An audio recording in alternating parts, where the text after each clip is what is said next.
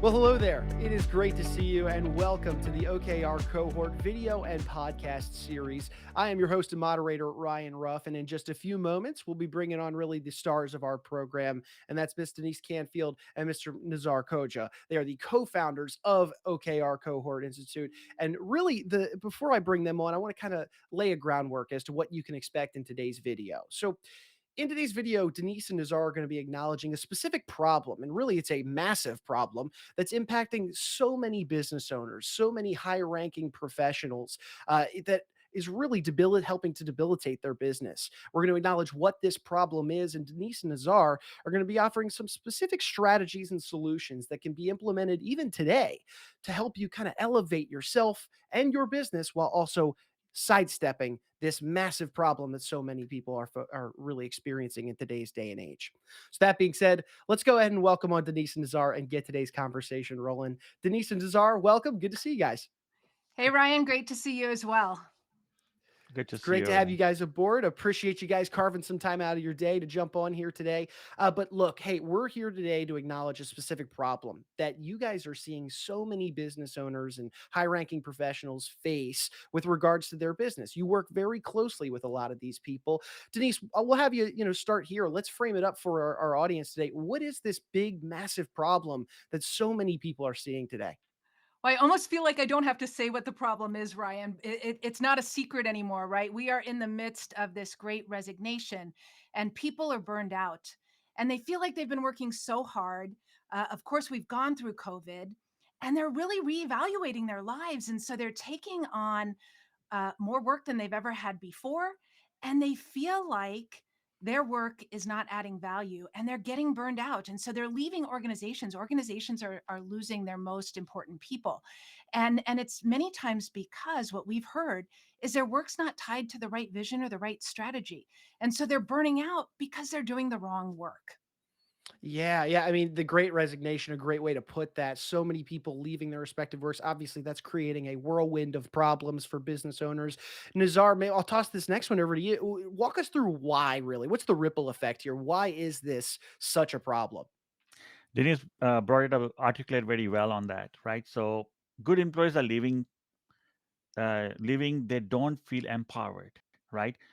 They feel overworked and not understand the value that their work provide to the overall organization.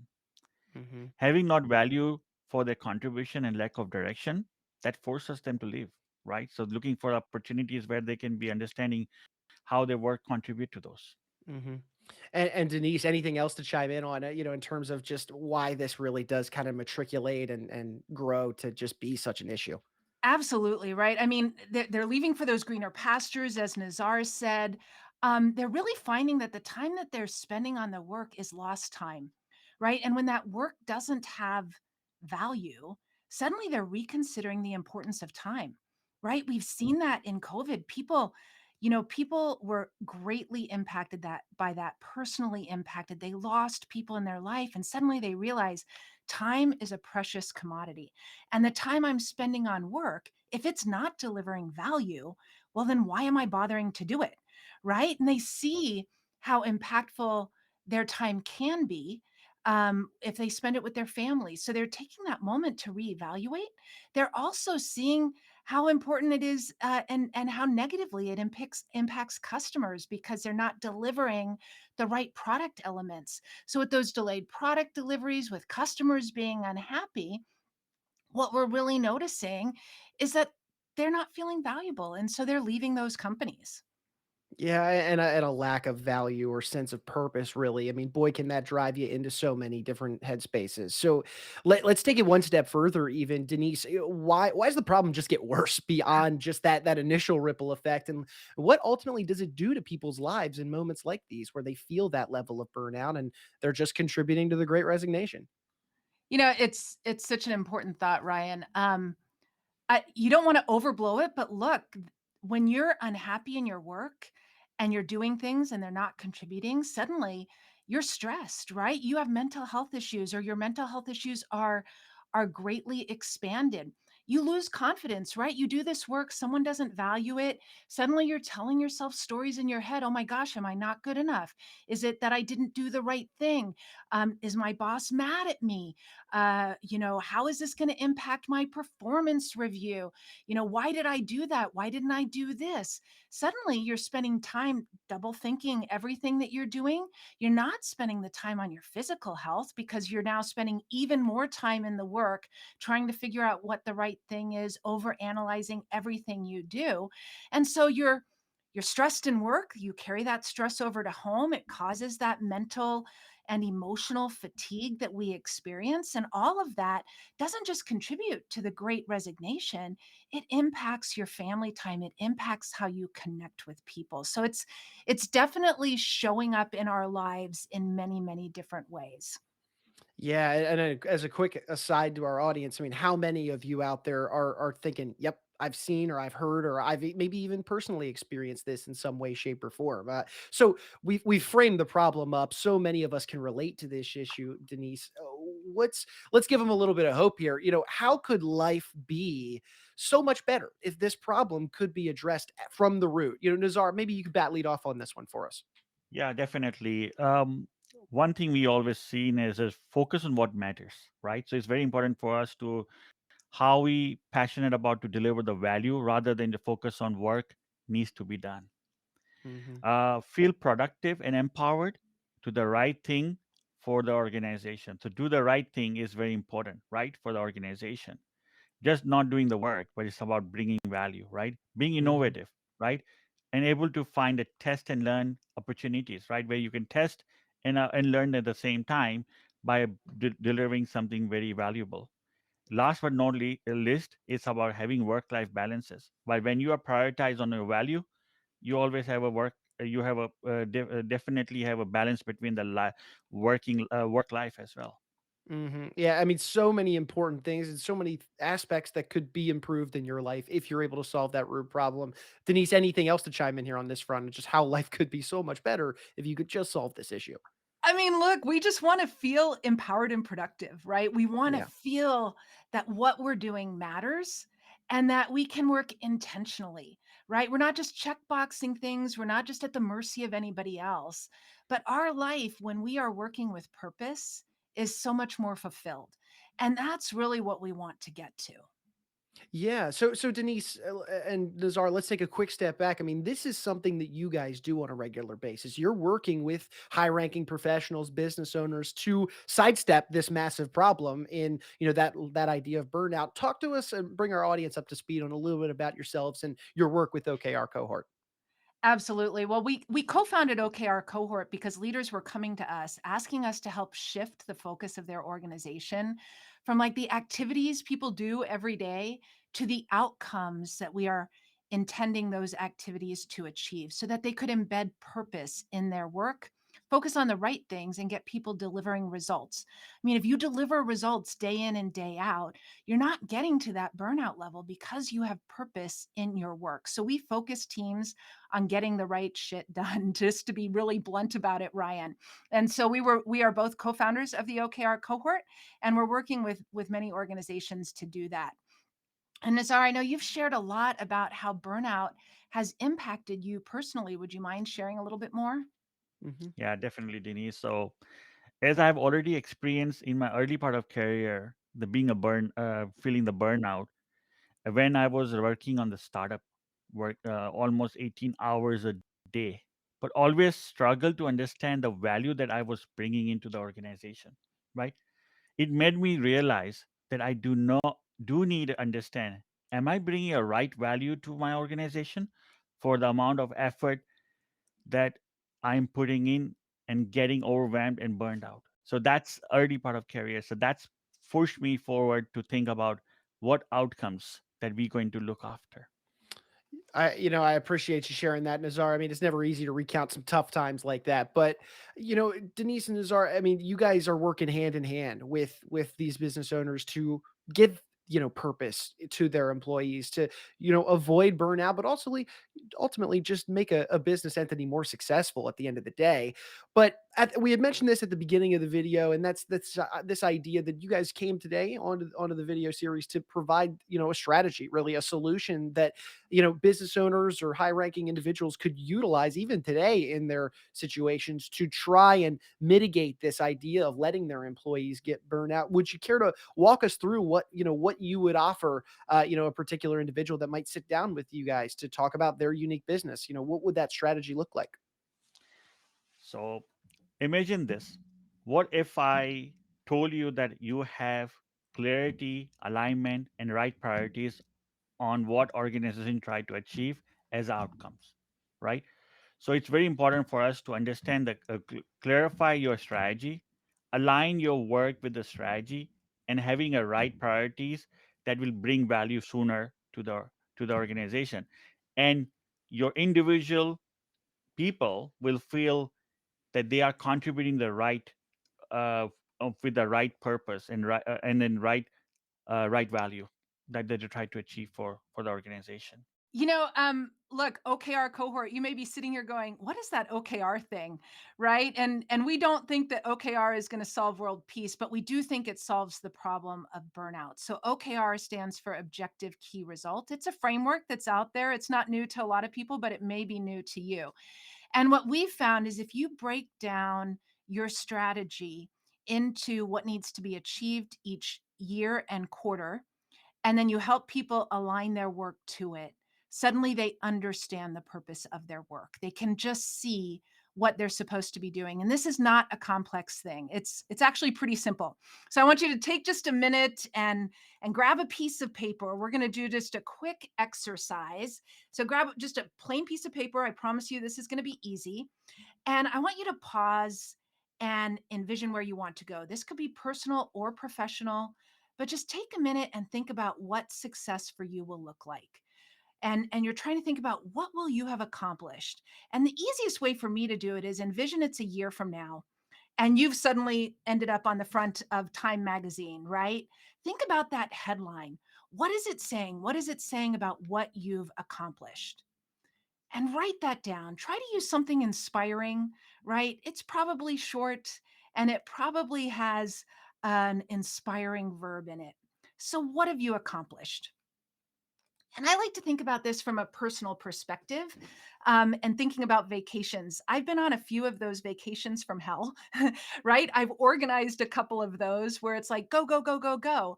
And we did it because we were going to a place and we wanted to have fun, but we didn't plan it well. We didn't think forward to what that would look like.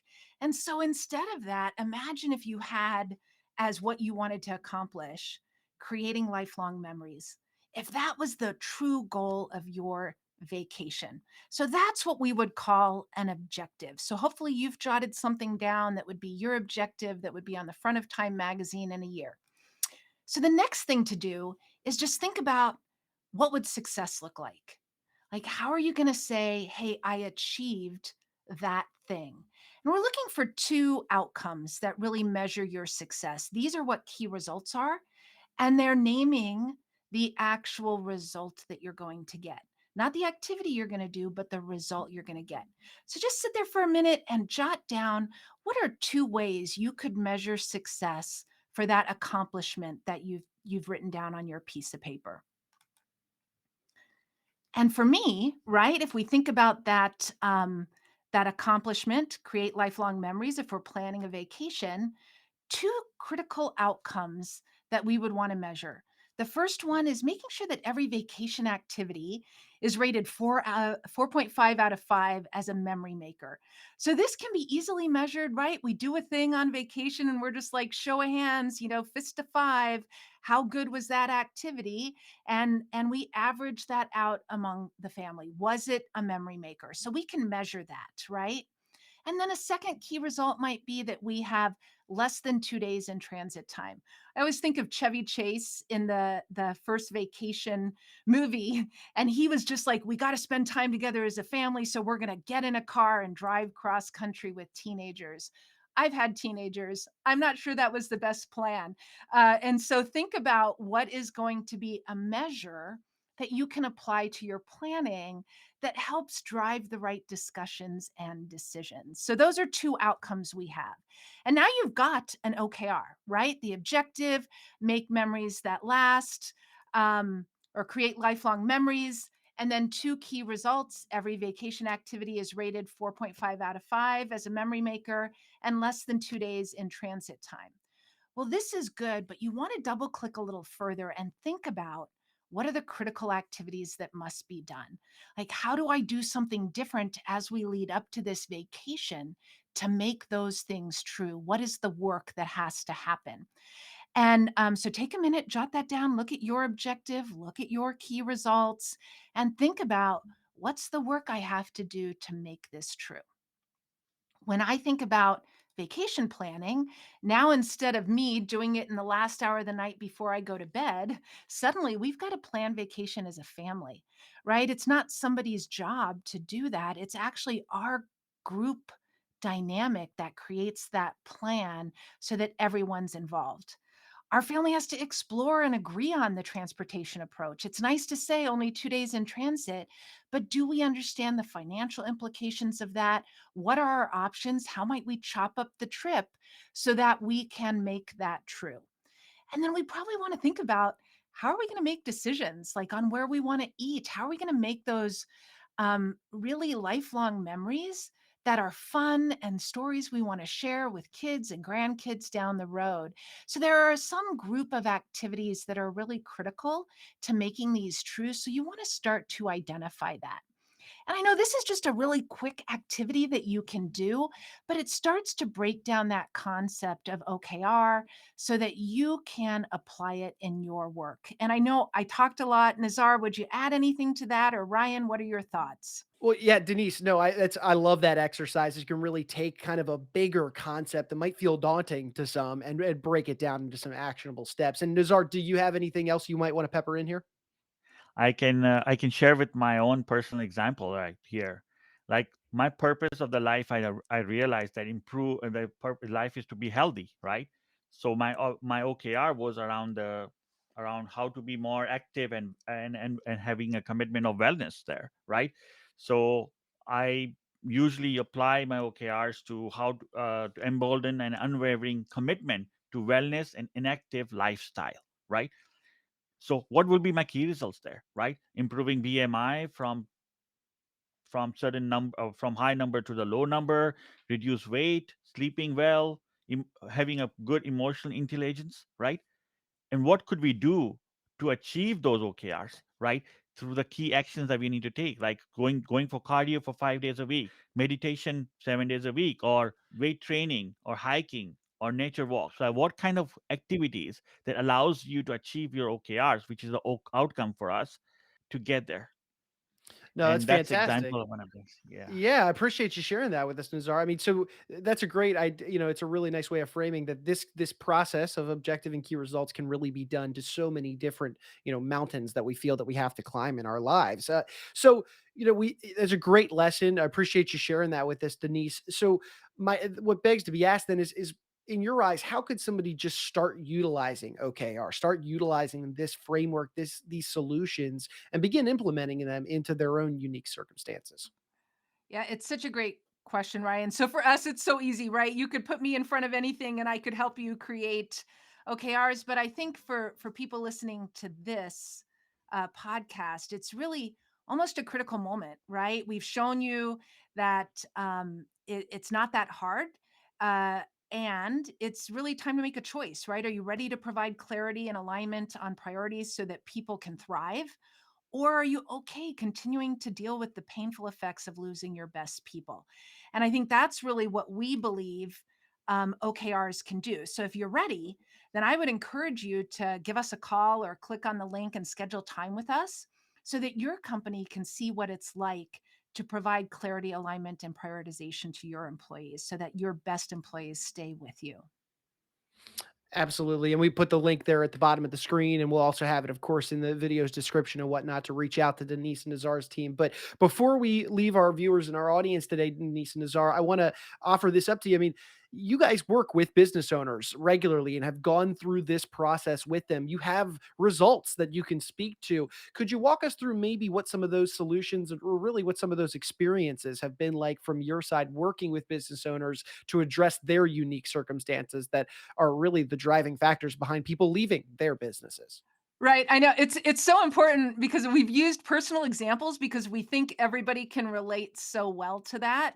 And now we'll get into some of the business examples, and I'll have Nazar do that because it's so important to understand this isn't just something for weight loss or vacation. Big companies like Google, Cisco, Thomson Reuters are using this to help solve their big organization challenges for alignment and prioritization. So, Nazar, share a few of our testimonials, if you would, about our clients. Definitely. And I'm going to give you the most recent examples. Most recently, we are working with a few leaders who are struggling to keep their employees engaged and motivated. So the problem is how do we make them engaged and also motivated as well. So we recommended and work with leaders to have a clarity on their goals and align their priorities through introducing OKR framework. So the so their people connects the work with the organization strategy. So we all start with the strategy with the OKRs, and then connect each step and each level through the OKRs, their work to the strategy. Furthermore, this will give them sense of value that they deliver through their contribution, right? So the people understand what their work effort would be for delivering the certain contribution for the strategy that they deliver for towards. Denise, you want to add in something? Yeah, I think what I've noticed, Nazar, the most is as we work with leaders, and we always start with leaders, right? Because as they role model this, it changes your culture, right? The impact is they are showing people that they care for them. They're helping people understand how their work connects. And so we usually start with leaders and doing a leadership workshop to help them really get clear on what they intend OKRs to do for the organization. Once we've done that, we help the organization build good OKRs and align them up. So, literally, if you're 5 levels deep in the organization, can see those aligned OKRs. And what you can do is you can map your work all the way up to that strategy. And so if someone comes to you with something new, you can literally say, yes, I'll do that because I see how it connects to my OKRs. Or, look, I see how important that is. Maybe we should talk about our OKRs and see if something's changed and we need to refocus. Or literally, you can say, not now. Maybe you're not saying no directly, but you're saying, I know this is important. We need to reevaluate it at the end of the quarter. But right now, I have the work that is the most important to the success of the organization in front of me to do it at this moment. And so that's what we do with these organizations day in and day out is help align work to purpose. And so if that sounds enticing to you, if you're wondering how your organization could do that, I would really encourage you to take a moment and reach out to us, right? Click on that link that's up there on the page, schedule time with us, and let's talk about the problem in your organization because OKR is a framework. It's different from for every organization. And what we do that's really unique is work with you to figure out the problems you're trying to solve, create the playbook for you, and help you implement it. So it's certainly easy, right? You did that little exercise. You were probably able to sketch out a single objective and key results, either personally or professionally. But if you want to really click into that and make it effective at your organization, let's get on the phone and let's chat. Fantastic. Well, Nizar and Denise, I so appreciate you guys carving some time out of your busy days. You have a company to run. We'll let you get back to doing that. But look, looking forward to having you guys back on, in a future video and tackling a different problem. So thank you guys. Thank you so much, Ryan. Right.